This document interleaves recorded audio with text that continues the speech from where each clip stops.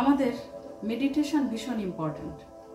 প্রথম হচ্ছে এক্সারসাইজ এবং প্রাণায়াম যখন আমরা করছি তখন কি হচ্ছে, তখন আমাদের দেহকে স্ট্রেনথেন করছি, মানে আরো শক্তিশালী করছি, মাসল পাওয়ারকে বাড়াচ্ছি, সেই সাথে লাংসের ক্যাপাসিটি বাড়াচ্ছি যাতে আমাদের ইমিউনিটি আরো বেশি করে ডেভেলপ করে।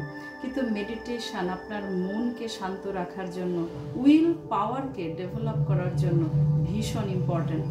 আর সেই সাথে আপনারা হয়তো জানেনই না যে যত বেশি মেডিটেশন করবেন তত বেশি কিন্তু আপনার রোগ কম হবে। তার কারণ হচ্ছে আমাদের এখনকার দিনে প্রায় 80% ডিজিজ হচ্ছে সাইকোসোমাটিক, মানে প্রথম মেন্টাল অরিজিন, তারপরে ফিজিক্যাল অরিজিন, তারপরে ফিজিক্যালি আসে। তাহলে মেন্টাল অরিজিনটাকে যদি আমি কন্ট্রোল করতে পারি, মানে আমার মাইন্ডসেটকে যদি আমি কন্ট্রোল করতে পারি, তাহলে আমাদের দেহ পর্যন্ত পৌঁছাবেই না, তাই না?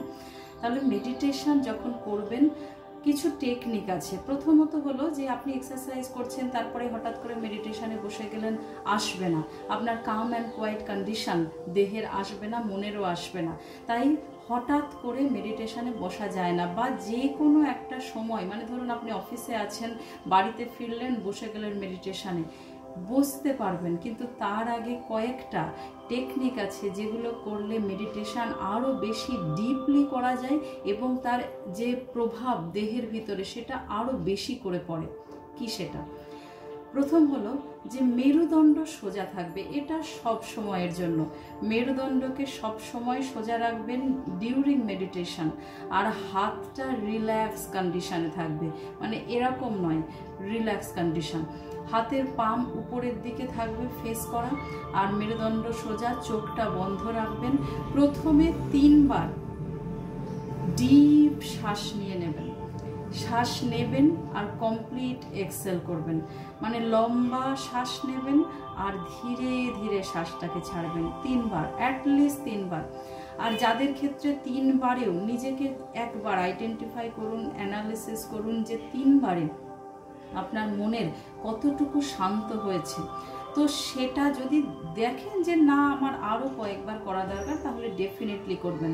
কিন্তু কি ধরনের ব্রিদিং করবেন? অ্যাবডোমিনাল ব্রিদিং, মানে চেস্টের ব্রিদিংয়ের কোনো দরকারই নেই এই মেডিটেশনের সময়। জাস্ট অ্যাবডোমেনের উপর ফোকাস রাখবেন। দরকার হলে যারা প্রথম করছেন তারা অ্যাবডোমেনের উপর একটা হাত রেখে দিলেন, হাত রেখে দেখলেন যে শ্বাস যখন আপনি নিচ্ছেন তখন পেটটা ফুলে যাচ্ছে কিনা, আর শ্বাস যখন ছাড়ছেন তখন পেটটা ঢুকে যাচ্ছে কিনা। কেমন? কয়েকবার এরকম করে নিন।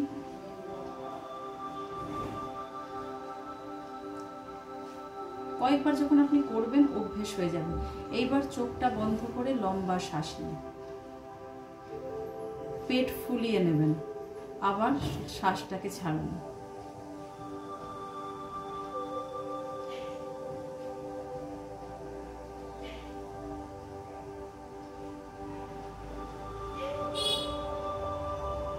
যখন অভ্যেস হয়ে গেল, মানে যখন অ্যাবডোমিনাল ব্রিদিং অটোমেটিক চলে আসছে, আপনাকে আর হাতও দিতে হচ্ছে না বা স্পেশালি ফোকাস করতে হচ্ছে না, তখন হাতটাকে সরিয়ে নিন।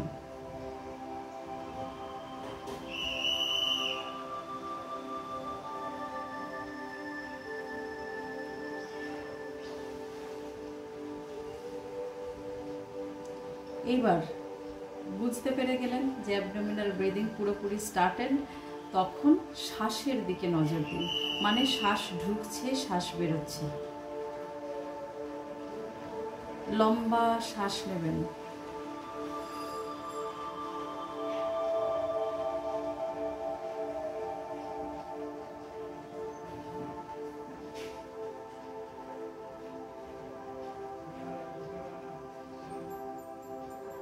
নাকের জাস্ট ওপেনিংয়ের নিচ পোর্শনে হালকা বাতাস, শ্বাস যখন ঢুকছে তখন সেটা একটা ঠান্ডা ফিলিং আপনার হচ্ছে এই জায়গায়, এবং কিছুটা মানে নেজাল যে নস্ট্রিল আছে না, তার কিছুটা পোর্শন পর্যন্ত আপনি ওই ফিলিংসটা পাবেন। তারপর যখন শ্বাস ছাড়ছেন সেম, বাট হাওয়া যেটা ছাড়ছেন সেটা কিন্তু গরম। তো আপনি যদি ভীষণ কনসেন্ট্রেশন দিয়ে ওটাকে লক্ষ্য করেন, তাহলে দেখবেন যে অবশ্যই আপনি ফিল করতে পারছেন ঠান্ডা বাতাস ঢুকছে আর গরম বাতাস বেরোচ্ছে। ফিল করুন।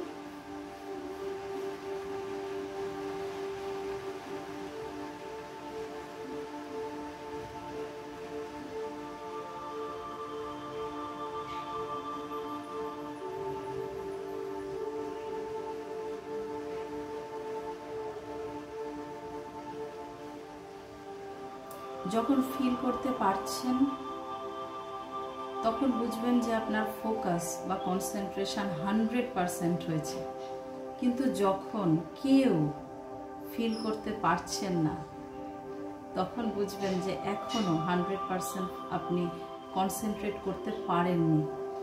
আর সেটা করতে গেলে আপনার মাইন্ডকে অন্যান্য সমস্ত কিছু থেকে ছাড়িয়ে নিয়ে এসে শ্বাসের দিকে নজর দিতে হবে।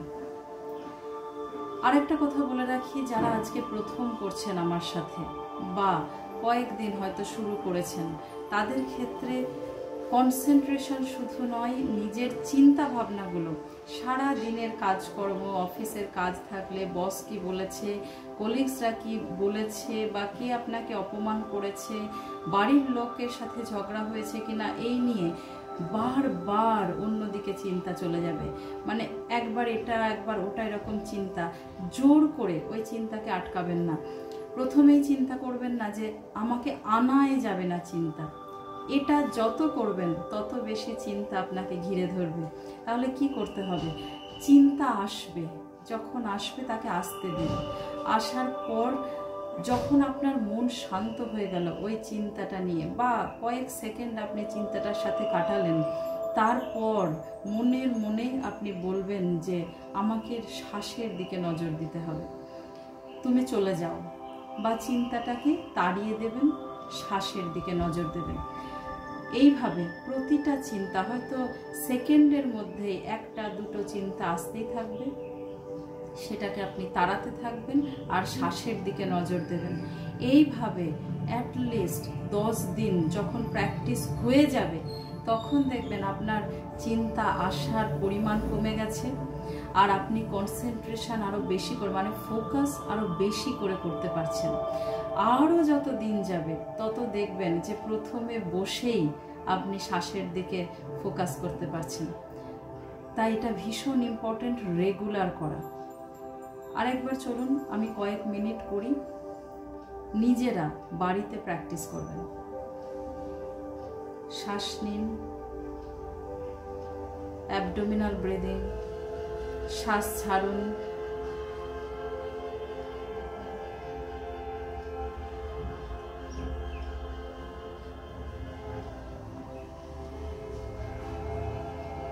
এইভাবে কিছুক্ষণ করার পর কি করবেন? মনটা যখন শান্ত হয়ে গেল, হাতটাকে ঘষে নেবেন। হাতটাকে, চোখ বন্ধই থাকবে, হাতটা ঘষবেন। হাতটা ঘষার পর চোখের উপরে আলতো করে লাগাবেন, যাতে ওই যে গরম একটা টেম্পারেচার আপনার চোখটা ফিল করতে পারে। তারপর ধীরে ধীরে নিচ থেকে উপরের দিকে তাকাবেন। হঠাৎ করে এরকম তাকাবেন না, তাহলে যদি দিনের বেলা হয়, মানে সকালে আপনি মেডিটেশন করছেন, হঠাৎ তাকালেন, দেখলেন যে সূর্যের যে তেজ সেটা আপনার চোখে, মানে আলোটা পড়ছে, আর তাতে কি হলো, এই যে এতক্ষণ ধরে আপনি কনসেন্ট্রেট করলেন, ফোকাস নষ্ট হয়ে যায়। আর রাতে করতে পারেন, অসুবিধার কিছু নেই যদি অন্ধকার ঘর থাকে, কিন্তু দিনে একটুখানি চোখটাকে ধীরে ধীরে নিচ থেকে উপরের দিকে তুলবেন। কেমন? কতবার করবেন? অ্যাটলিস্ট 2 বার। সকালবেলা ঘুম থেকে উঠে একবার, আর রাতে শুতে যাওয়ার আগে একবার। মাঝে মেডিটেশনের এরকম কোনো বার ফিক্সড করা নেই। মাঝে যদি কোনো সময় মনে হয় যে আমি খুব বেশি চঞ্চল হয়ে গেছি বা খুব বেশি ডিপ্রেশনের মধ্যে আছি, হঠাৎ করে কোনো কিছু নিয়ে অ্যাংজাইটির স্টেটে চলে গেছি, তাহলেও সাথে সাথে ব্রিদিং, মানে শ্বাস প্রশ্বাসের দিকে নজর দিলে দেখবেন যে অনেক অ্যাংজাইটি কমে গেছে। কেমন? ভালো থাকুন, সুস্থ থাকুন, আর শেয়ার করুন ভিডিওটা, কারণ মেডিটেশন ভালো থাকার একটা চাবিকাঠি। Thank you.